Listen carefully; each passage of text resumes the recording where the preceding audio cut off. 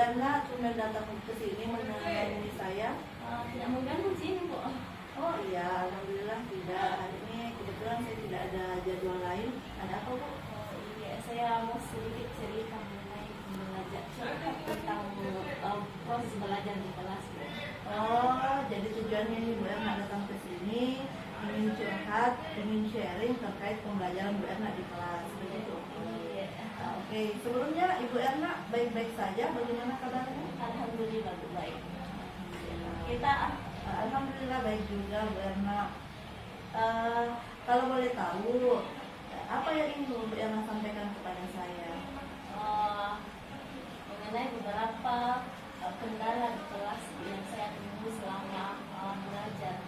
Oh, jadi intinya Bu Erna ini ingin menceritakan tentang berkeluh kesah tentang kendala yang Ibu alami pada saat mengajar di kelas beberapa hari ini. Iya.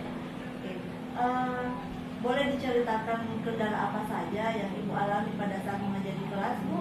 Iya, jadi untuk beberapa kelas yang saya ajar untuk semester ini saya lihat ada beberapa kendala khususnya di mata pelajaran saya, yaitu mata pelajaran IPA. Di mana saya lihat siswa itu dalam pembelajaran tidak tercipta suasana yang kondusif. Jadi dari situ saya bisa melihat bahwa mungkin ada beberapa kesalahan dalam proses pembelajaran tersebut, baik itu dari saya, lingkungan ataupun dari siswa itu sendiri. Oh ya, jadi intinya bahwa kendala yang Ibu hadapi itu karena siswanya kurang fokus terhadap pelajaran, mungkin disebabkan karena itu tadi Ibu sampaikan faktor dari guru mungkin, atau dari siswa itu sendiri, atau mungkin dari lingkungan. Kira-kira nih, suasana ideal yang seperti apa yang Ibu inginkan dalam kelas Ibu? Kalau yang sebenarnya saya inginkan, karena untuk pengalaman saya dalam proses pembelajaran selama ini, ketika saya masuk di kelas, beberapa siswa yang memang bermain dan sebagainya, kemudian saya tegur satu kali, oke, saya suruh dulu untuk duduk tenang supaya kita bisa mulai pembelajaran dan teman-teman yang lain juga tidak terganggu. Tapi beberapa menit kemudian berulang suasana yang sama. Dan ini berulang bukan hanya 1-3 kali. Kalau 1-3 kali oke, nggak bisa saya maklumi. Tapi kalau berulang sampai berkali-kali dalam satu kali pertemuan itu membuat proses pembelajaran kurang efektif dan kondusif, karena apa yang kita ingin capai di hari itu mungkin hanya sebagian yang bisa dicapai karena faktor dari proses pembelajaran tersebut. Oh, jadi intinya ini adalah pembelajaran Ibu tidak kondusif atau terhambat karena disebabkan oleh beberapa siswa yang tidak fokus pada saat pembelajaran. Ibu sudah menegur, namun beberapa saat setelah Ibu menegur mungkin ada perubahan perilaku atau sikap, namun setelah itu kembali lagi sehingga mengganggu teman-teman yang lain, begitu Bu? Iya. Nah, kira-kira apa yang sudah Ibu lakukan untuk menanggulangi atau menyikapi hal tersebut? Iya, untuk selama ini saya memberikan punishment dan reward untuk siswa yang baik itu ribut maupun yang bagus prestasinya di kelas. Saya memberikan punishment, kemudian saya melakukan proses pembelajaran dengan metode-metode yang berbeda di kelas supaya dari situ siswa mungkin tidak bosan dalam proses pembelajaran, karena mungkin mereka ribut dan sebagainya di kelas karena faktor bosan dan sebagainya. Oh iya. Jadi kuncinya Ibu memberikan punishment, Ibu memberikan reward, kemudian Ibu memberikan metode yang menarik bagi siswa supaya untuk mengakomodir atau mengantisipasi kejenuhan siswa pada saat belajar. Bentuk metode yang membuat siswa itu bergairah untuk belajar, bentuknya seperti apa itu Bu? Kalau selama ini yang saya berikan itu di awal saya berikan permainan, dan permainannya itu saya kasih kalau misal ada yang salah dalam permainan tersebut, uji konsentrasi misalkan ada yang salah dalam uji konsentrasi tersebut, maka saya kasih pertanyaan. Dan pertanyaannya itu yang bersifat umum dan sering mereka jumpai dalam kehidupannya, yang mungkin bisa mereka gali dari pengalaman-pengalamannya. Dari situ dia bisa, saya saya melihat bahwa siswa ini bisa belajar dari pengalaman-pengalaman, ditanya seperti itu dan menyampaikan apa yang pernah mereka alami. Wah, menarik sekali nih Bu sebenarnya. Jadi Ibu untuk meningkatkan motivasi siswa, Ibu biasanya memberikan permainan ya, mungkin istilahnya ice breaking ya.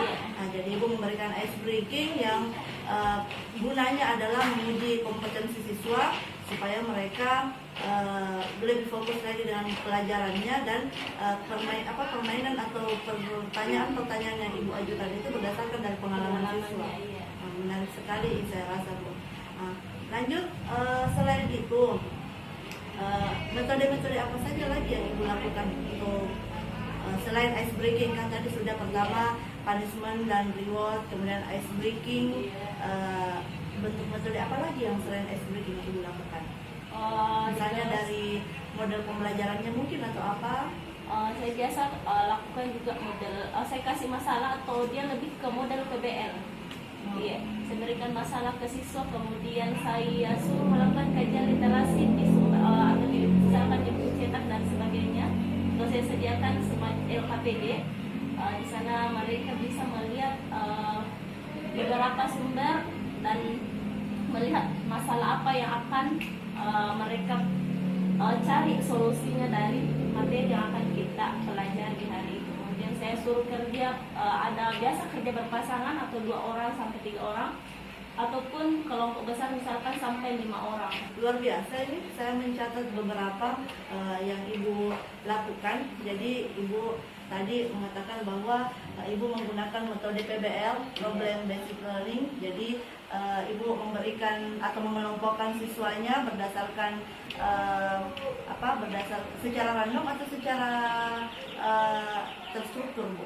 Kalau saya karena untuk mengantisipasi suasana lagi kelas kacau dan sebagainya, saya ambil per pasangan saja, misalkan per bangku. Tapi kalau saya bisa antisipasi itu, maka saya akan random cara pengelompokannya. Jadi tergantung situasinya ya. Baik, dan yang saya paling menarik adalah kajian literasi yang Ibu sampaikan tadi. Kajian literasi terkait dengan pembelajaran IPA ya, yang dia ajarkan. Nah, kira-kira dari percakapan tersebut masih adakah solusi lain yang menurut Ibu bisa dilakukan untuk menarik minat siswa dalam belajar atau menarik konsentrasi siswa? Sampai saat ini itu saja yang ada di benak saya untuk mengatasi hal tersebut dalam proses pembelajaran. Baik, ya. Mungkin ada solusi dari Ibu yang bisa saya lakukan di kelas untuk mengatasi masalah-masalah yang saya hadapi. Oh iya, betul. Jadi mungkin kalau berbicara tentang solusi, mungkin Ibu juga bisa mencoba trik atau pembelajaran mengajak siswa untuk keluar outdoor. Jadi kita mengajak siswa berdasarkan tema pembelajaran yang Ibu ajarkan. Jadi misalnya tergantung dari temanya, Ibu bisa mengajak siswa belajar misalnya mengenai tentang tumbuhan, maka Ibu mungkin bisa mengajak siswa untuk keluar mengamati secara langsung di lingkungan kelas, bisa mengajak ke toga, bisa mengajak ke greenhouse, mungkin bisa seperti itu juga. Nah, kira-kira Ibu butuh dukungan dari siapa nih untuk melaksanakan ide-ide yang Ibu canangkan tadi? Kalau saya butuh dukungan dari, khususnya pertama dari kepala sekolah, kemudian dari teman-teman guru, apalagi teman-teman yang ada di MGMP IPA itu sendiri. Nah, selanjutnya kira-kira kapan ini ide Ibu tadi ini akan Ibu terapkan di kelas yang Ibu ajar?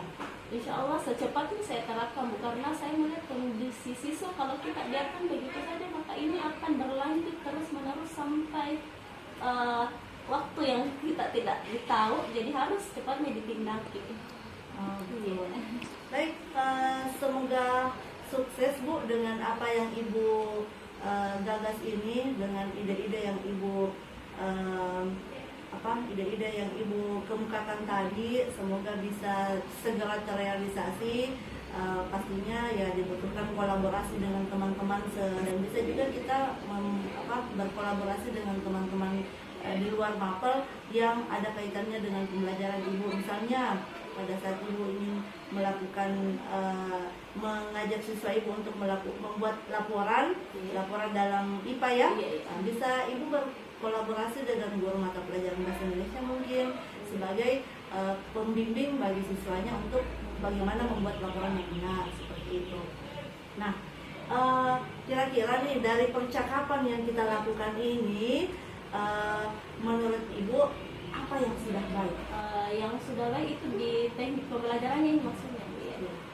Kalau di teknik pembelajarannya yang sudah baik itu yang kerja kelompoknya, Bu. Iya, anak-anak di sini sudah bisa diberikan kebebasan atau semacam tanggung jawab untuk bekerja kelompok bersama dengan teman-temannya. Kita hanya membantu membimbing dan menuntun mereka untuk mengerjakan apa yang telah kita tugaskan.